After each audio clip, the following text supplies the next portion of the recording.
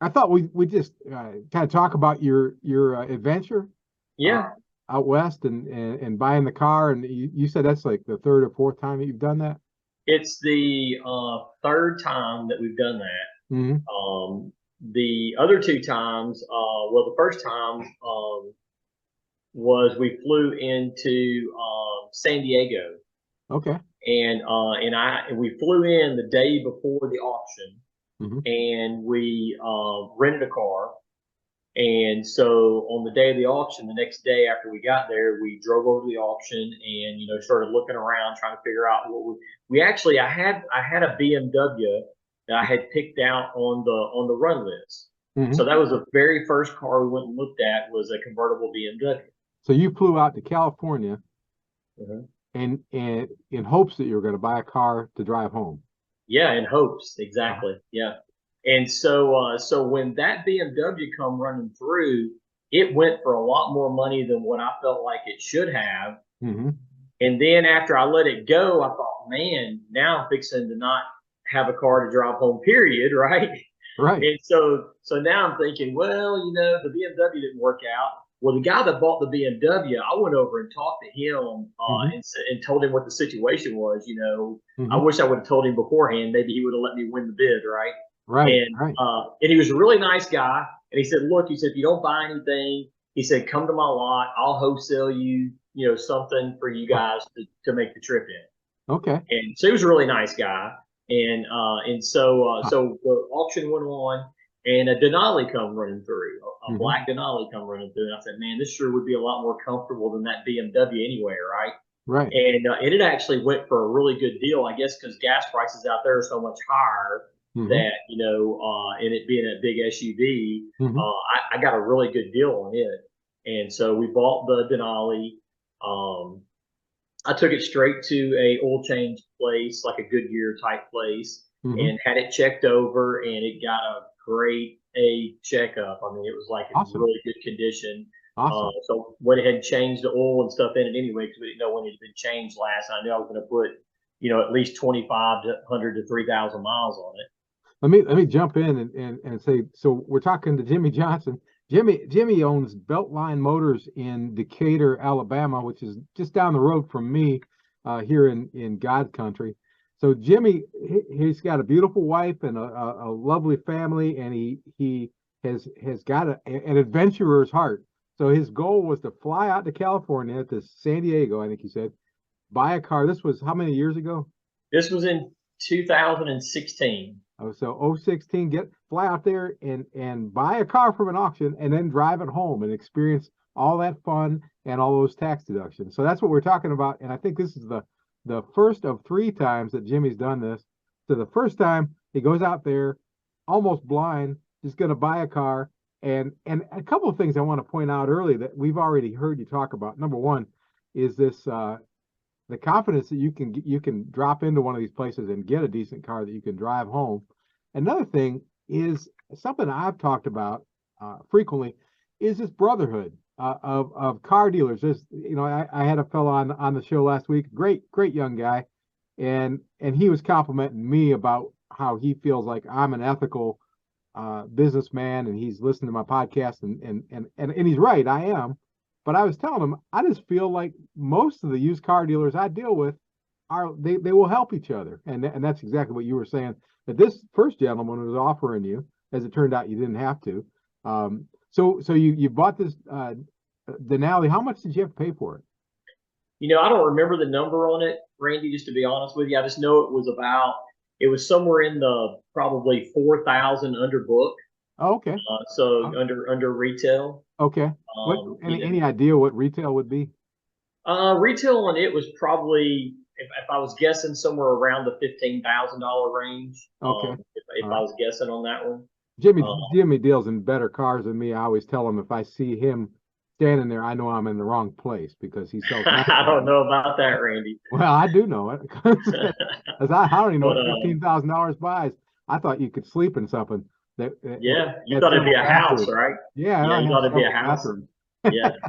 Yeah, so probably on my lot now, the range is our range is probably somewhere from the $12,000 to $20,000 range now, Right. just because of the fact that cars have gone up so much in value over the last couple of years. Hmm. So that's where our range is at. So probably average is somewhere around 15,000. Back Okay. then, it wasn't quite that high, so that would have been 15,000 would have been like the highest thing that I had on my lot. So I mean, Okay. but I was still trying to buy something that fit within my lot. That Right. I Right. wasn't trying to buy, $30,000, $40,000 vehicle.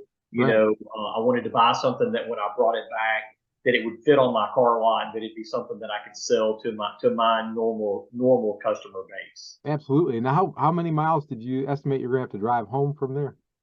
Well, we were doing some detours and stuff, so Mhm. we were making a huge trip out of it. So Mhm. we were actually making about a 10-day trip out of it total, Wow.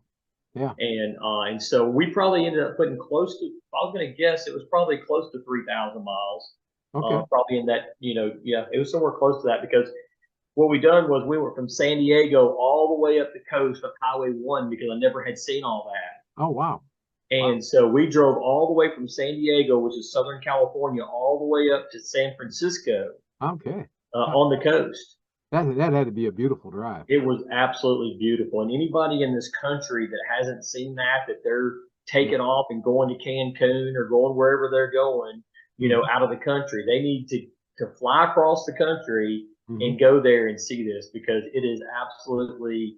I mean, it's so incredible. You just got to see it in person. I'm guilty of not going, but I have seen pictures, and my brother tried to get me to go to this year, he rented a house that only had 700 square feet in it, and then he called me back and said, "It won't be this year. We don't have room for you."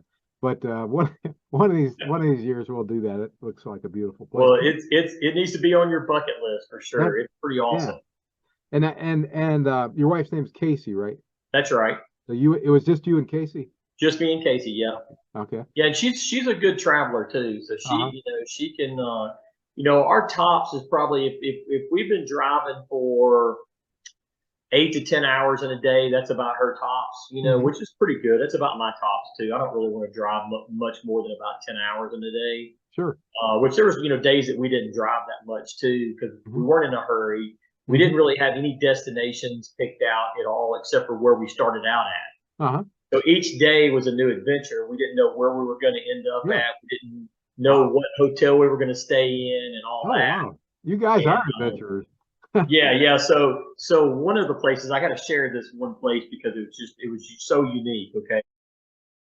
Hey, today is an awesome time getting to hear from Jimmy Johnson, who is a fantastic businessman, the owner of Beltline Motors in Decatur, Alabama, uh, and several other businesses up there. He'll share more about that. But I want to encourage you to stay until the very end. There's some information that Jimmy wants to share with us that could literally save lives. Please stick around till the very end.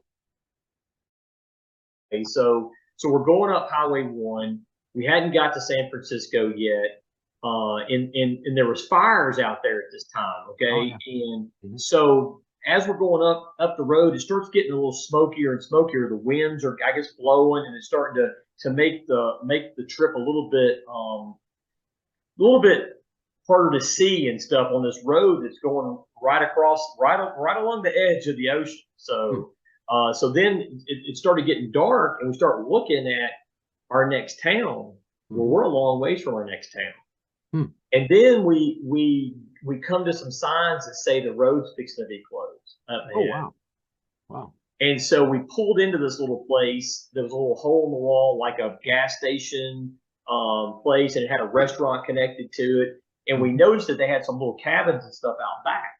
Uh-huh. And like it's dark at this point. First, we can't go any further forward because they got the road closed because I guess it's too dangerous to be driving along the coast and you can't see because it's nighttime and the smoke. Mhm. Okay, so we go into this store to see if they've got a room available. Mhm. And I walk up to the counter, and there's a older woman behind the counter, and I ask her, "Do you have a room available?" And she says, "I don't know." And she hollers across the store, "Do we have a room available?" And this older gentleman Says, yeah, and that's it. That's all he said. And that was it. So she just walks and she's like walking around, leaving the counter. And I said, well, can I get the room? And the guy said, well, I guess so. He goes, he walks around there, and I said, well, how much is it? And I didn't really care how much it was because it's an hour and a half back going the opposite way for us to go back to work, backtracking to get back to a hotel. Right. And he said it was like $250. Mm-hmm. So we got no phone service. Okay, like we've had no phone service for like the last hour and a half of our trip, which is kind of weird because we're out there, it's smoky, fires, sure, nighttime, the roads closed, and we got no phone service. Mm-hmm. And so, but they had a sign there that said if you rent a room, you get the password to the Wi-Fi. Right. Okay. So finally I get to rent the room, right? And he gives me the key. I don't even know why he gave me a key. I'll tell you why in a minute. Okay, so then we get the password to the Wi-Fi. So we're going to go over to the restaurant because the restaurant's fixing to close and eat something because we hadn't eaten nothing in hours, because we've been traveling. And so when the waitress found out that we had gotten the Wi-Fi code, she asked us if we would give it to her because they won't even give the employees the Wi-Fi code. So we gave her the Wi-Fi code, and then we tried it, and he gave us the wrong Wi-Fi code. Oh man! So we didn't even have a Wi-Fi code that would work. So then we go to get in our room, and we go to our room, and the front door has no door lock on it. So we can't lock the door. But you do have a key. We got a key, but I don't know what it was to because there was no lock on the door. Oh man! So we pushed stuff up against the door, and our bedroom door had a lock. So we went to the bedroom and locked the door, and we finally got some sleep. We woke up the next morning to the most beautiful scenery you can even imagine. Wow. Okay. Looking out over the Pacific Ocean, the smoke was gone. I mean, it was just so beautiful. But that night was like a wrong turn type thing. Wow. It was pretty crazy. What's the name? Do you remember the name of the place? I don't even remember. I know we probably got some pictures somewhere because it was so creepy and so. We also drove on that trip. We drove back across Death Valley too. And so we went straight across Death Valley. We're traveling across Death Valley. Remember, in a car that I bought a couple of days ahead at auction, right? Yeah. And I look up at the temperature gauge in my mirror, and it says 111 degrees. Wow! Wow! You are brave. So anyway, so that's kind of that trip. That was the first one we took. So it was about 10 days, and you got back. Was it completely uneventful as far as the vehicle went? Oh man, completely uneventful. As far as the vehicle goes. Now the next two stories are not exactly the same. Now when you did, what about? And I know tax laws have changed some since then, but are you actually getting tax write-offs along the way? Can you write? Oh yeah, I just wrote off the whole trip. I mean, because the vehicle had to get back, right? I mean, so I wrote off the trip. Yeah. My accountant said it was fine because we were that's how we decided to bring the vehicle back. Yeah, I mean, if we'd have had a truck bring it back from across there, I mean, it would have been probably $1,500, $2,000. Right. I mean, I know we spent more than that, but we didn't spend. We probably spent maybe $3,000 or something, coming back across. I mean, so it was a fun trip for us. And then you wound up making more than that from the car when you sold it. Oh yeah. So I made probably somewhere in the neighborhood. So it was probably around the $3,000 is probably what I made on it. Okay. So we got to take the trip. We got to make $3,000 on the vehicle when we sold it.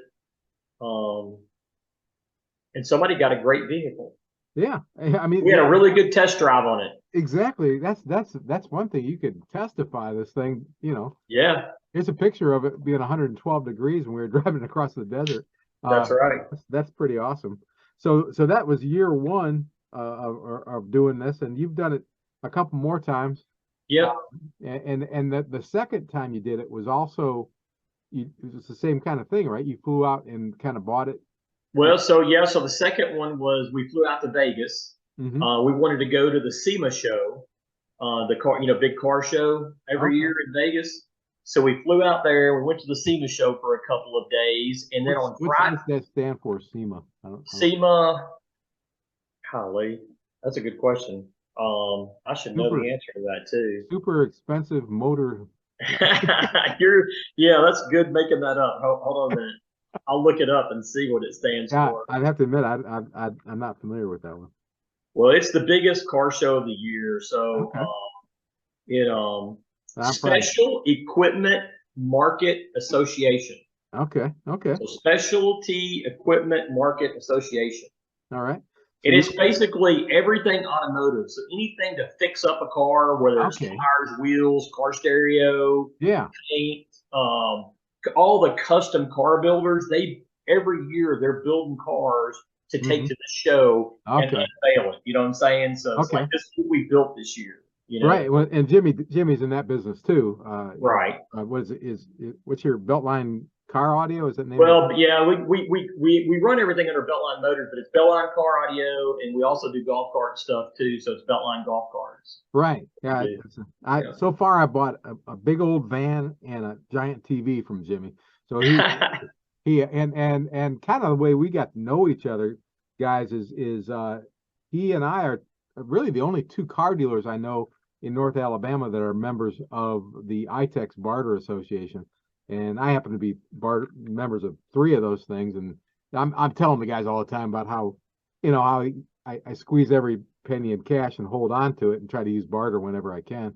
And Jimmy also does that, not as much as me because he's got a lot more cash to give around, as I've mentioned several times.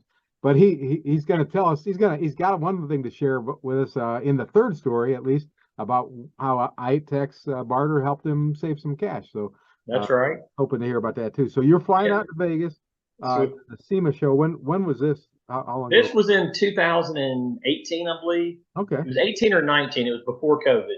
Uh-huh. So I'm pretty sure it was 18.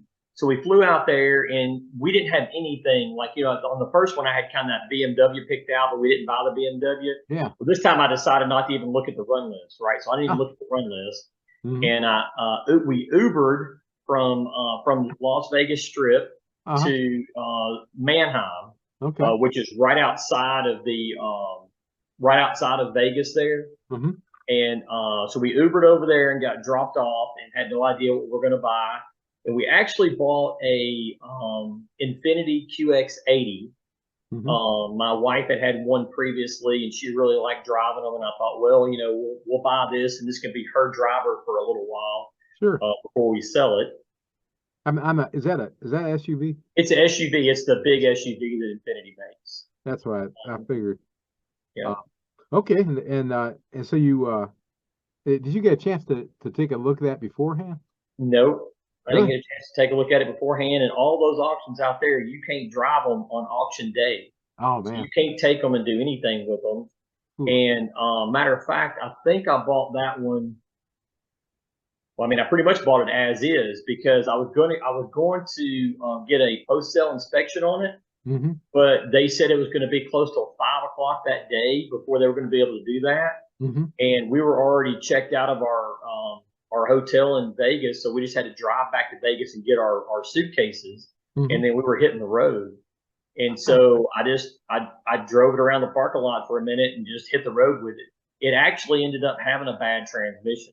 Oh man. Oh, So, but it was only had a bad transmission like between first and second gear, and it would do like a shutter and stuff. uh-huh. So we ended up putting probably 2,500 miles on that. It got a little bit worse before I got all the way back with it, Hmm. but I bought it for such a great deal that I was able to put a transmission in it. My Okay. wife drive it for 6 months, and we still made I think $1,000 on it even Oh, after after all that. We made money on it. So I mean it was that's pretty sweet. I mean, making it back, and I know I've driven. We've driven lots of cars. Of course, and my wife and I. My wife is such a good sport. She drives around these cars that I buy for $300 and $400, and yeah we had a Honda that did that kind of thing, and it I still see it running down the road right now. They toot their horn when they drive by, and that thing's still rolling. I'm sure they didn't get that transmission fixed on it, and it's got that yeah shutter and I bet yours wasn't that bad, but you replaced it and then sold it and then made money and yep got service out of it. Man, yep I love that. I love Jimmy's been telling me about this latest one, and I've been I've been bragging about you, you know, and saying he's going to come and tell us. He's going to come and tell us. So, Yep. so this is exciting to be able to share this news. So this one, I decided to buy the car ahead of time. Mm-hmm. So instead of going to the auction and buying it during live auction, Mm-hmm. I decided to look a couple of weeks ahead of time Mm-hmm. and buy it a couple of weeks ahead of time. And I was looking for a four-wheel drive because I wanted to make sure that because we were going to Lake Tahoe, Mm-hmm. and I knew it was going to be snowy up there. I didn't know how snowy it was going to be, but I knew it was going to be snowy. I wanted it to be, you know, something again that would work on my lot, you know, and so I found a 2015 Jeep Grand Cherokee, and it was loaded out with everything you could put on it. Mm-hmm. And I ended up buying it. I bought it really well because I bought it about, I think I bought it about 6,000 under retail book. Great. And then so I paid for a post sale inspection on it. Mm-hmm. And it first come back and said it failed. So I'm trying to call, and because I'd already paid for the vehicle already online. Mm-hmm. And so I'm trying to figure out what's going on with it. Well, they come back and said, oh, well, the air conditioner wasn't as cold as it was supposed to be or something. And we put a little Freon in it and it's good. So it passed. Okay. So that was a couple of weeks before we went out there. So we get out there and we just Ubered straight from the airport straight to Manheim.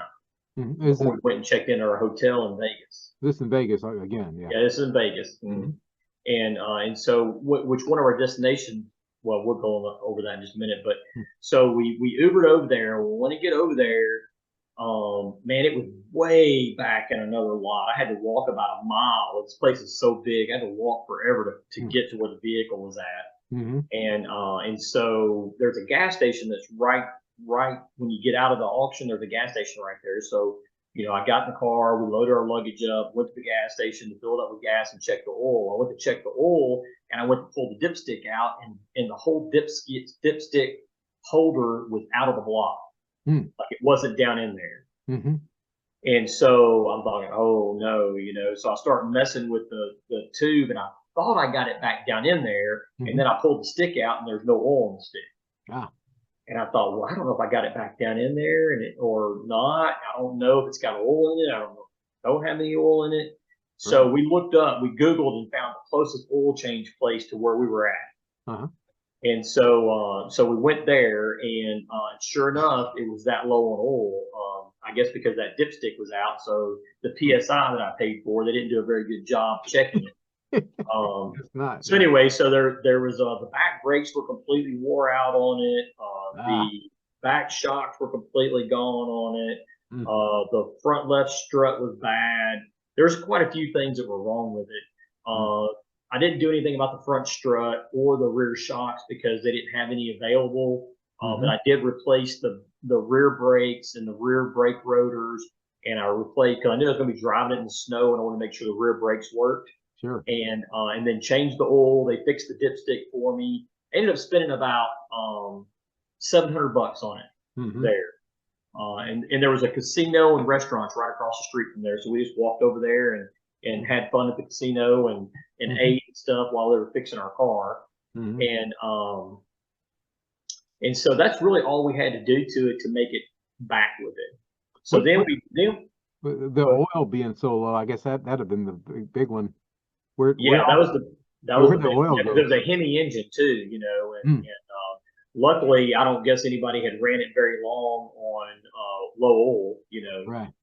You know, the engine ran great. I mean, it sounded good. Everything ran great with the engine. Okay. So I got lucky on that and dodged the bullet, I guess. So there was a pretty good bit of risk with that one. You know, I tried to mitigate the risk by doing having it inspected, you know, but anyway, so I got that taken care of. We spent the next 2 or 3 days we spent all the way through New Year's to New Year's Day in Vegas. So and then our next destination was, and this is where the trade thing comes in. We had rented that whole next week and to stay in Lake Tahoe. Okay. And that was at a resort. That was via iTex? iTex. That was Okay. iTex.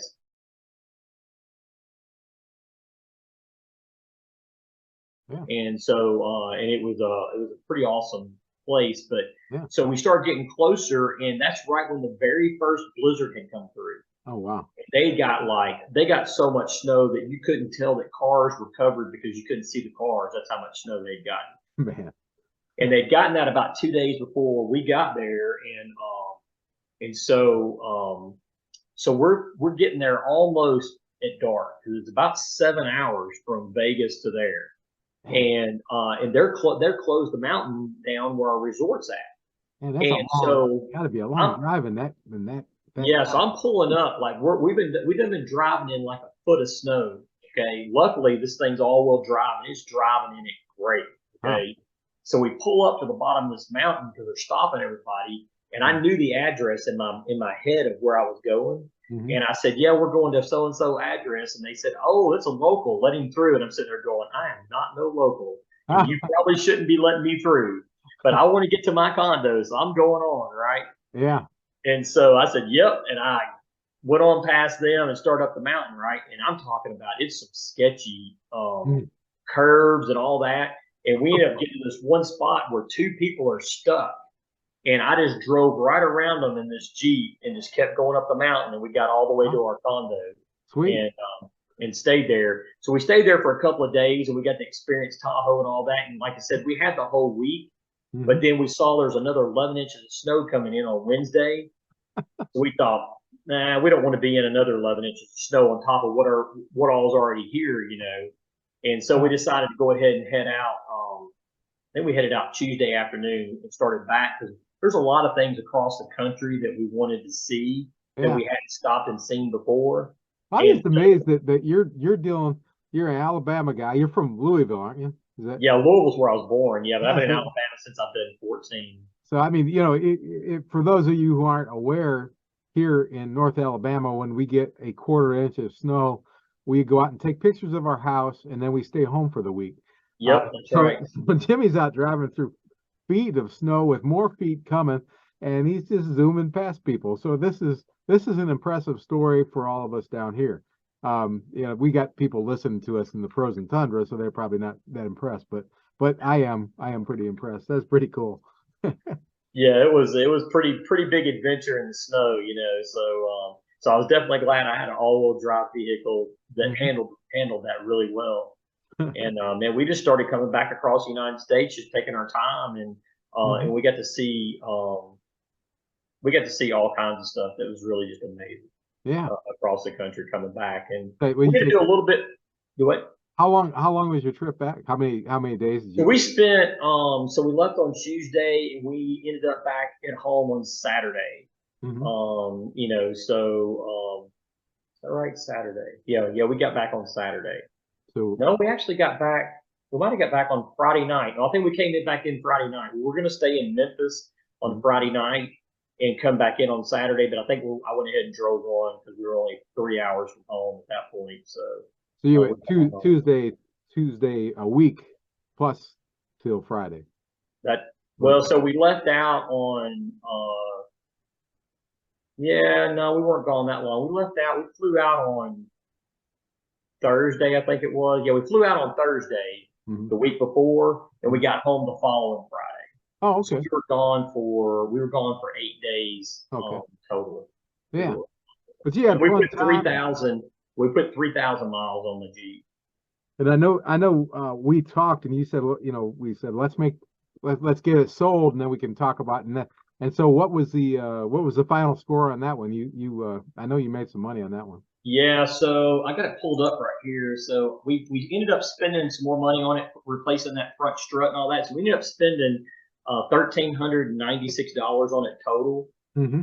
and we made $4,009.91 profit.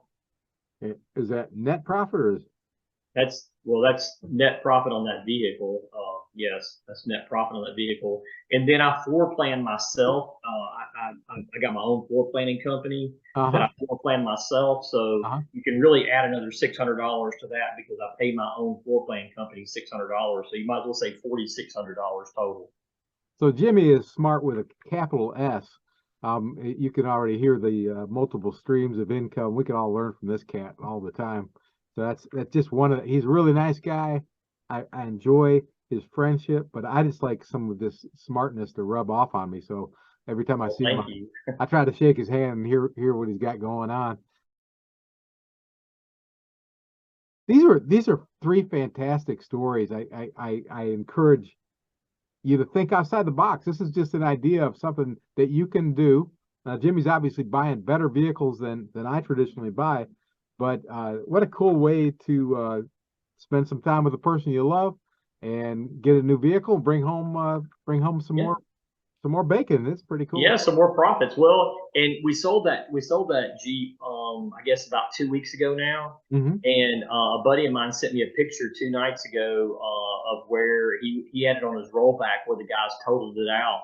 Oh And no. so we've reached out to him Uh-huh. and just to make sure he was okay and stuff and let him know we were here for his next purchase. So Yeah, he's okay though.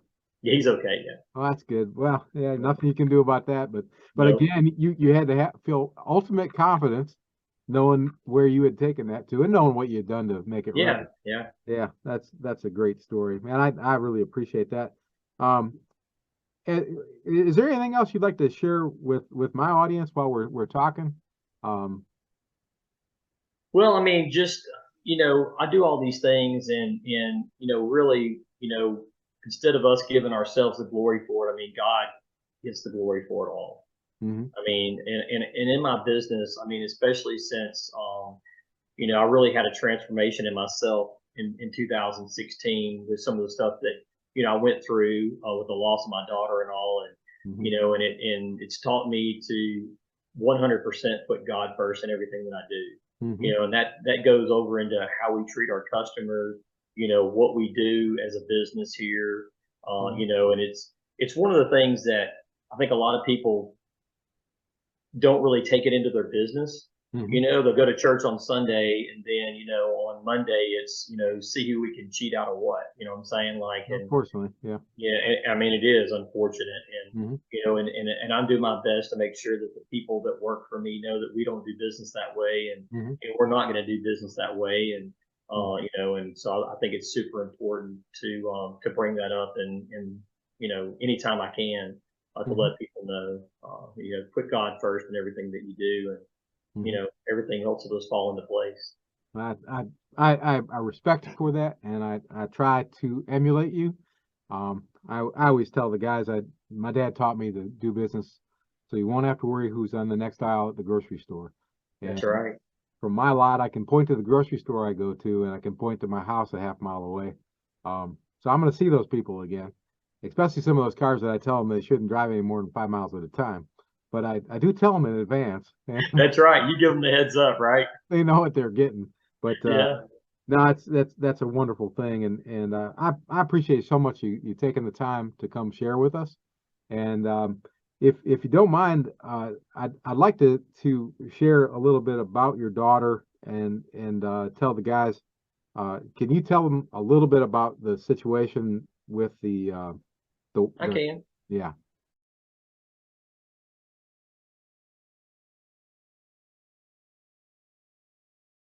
Yeah, so in 2016, on April the 16th, actually, 2016, we were at our lake house, and we had a phenomenon happen where the metal on my boat dock got electrified, Mm, and we had an aluminum ladder going down into the water that was transmitting the electricity into the water.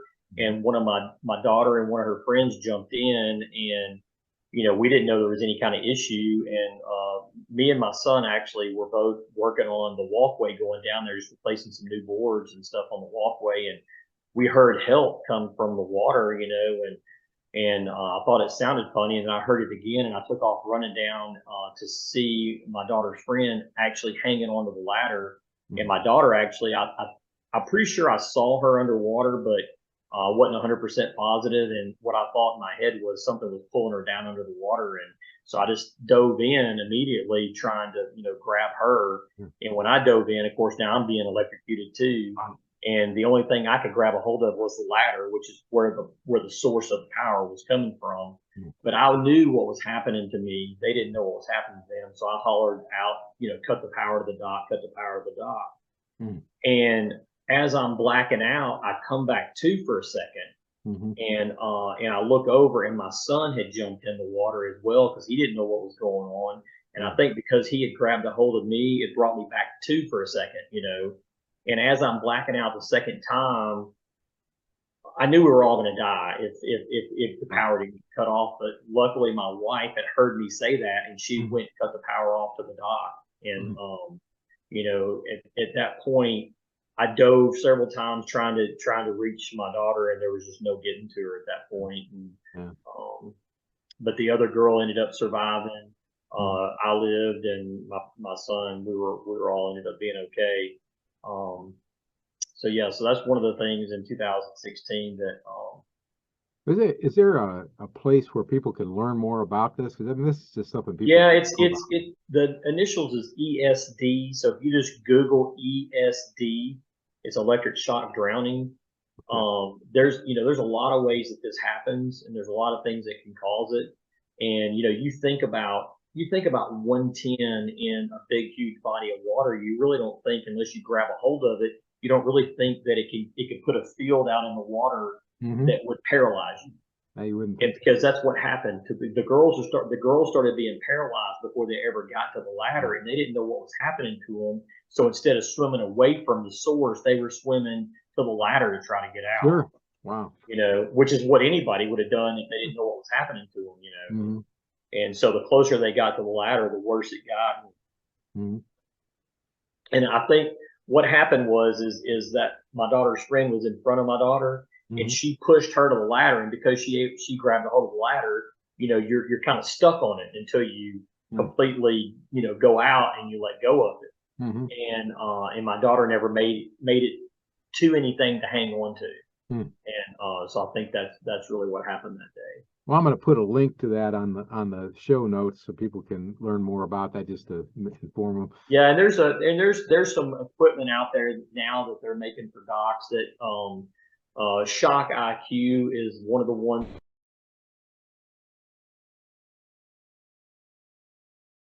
I want to say thank you again to Jimmy Johnson for sharing his story, not only about their trip out west and retrieving these cars and all that fun stuff, but also for possibly saving somebody's life by sharing their story about their wonderful daughter, Carmen, and all that happened back those fateful years ago.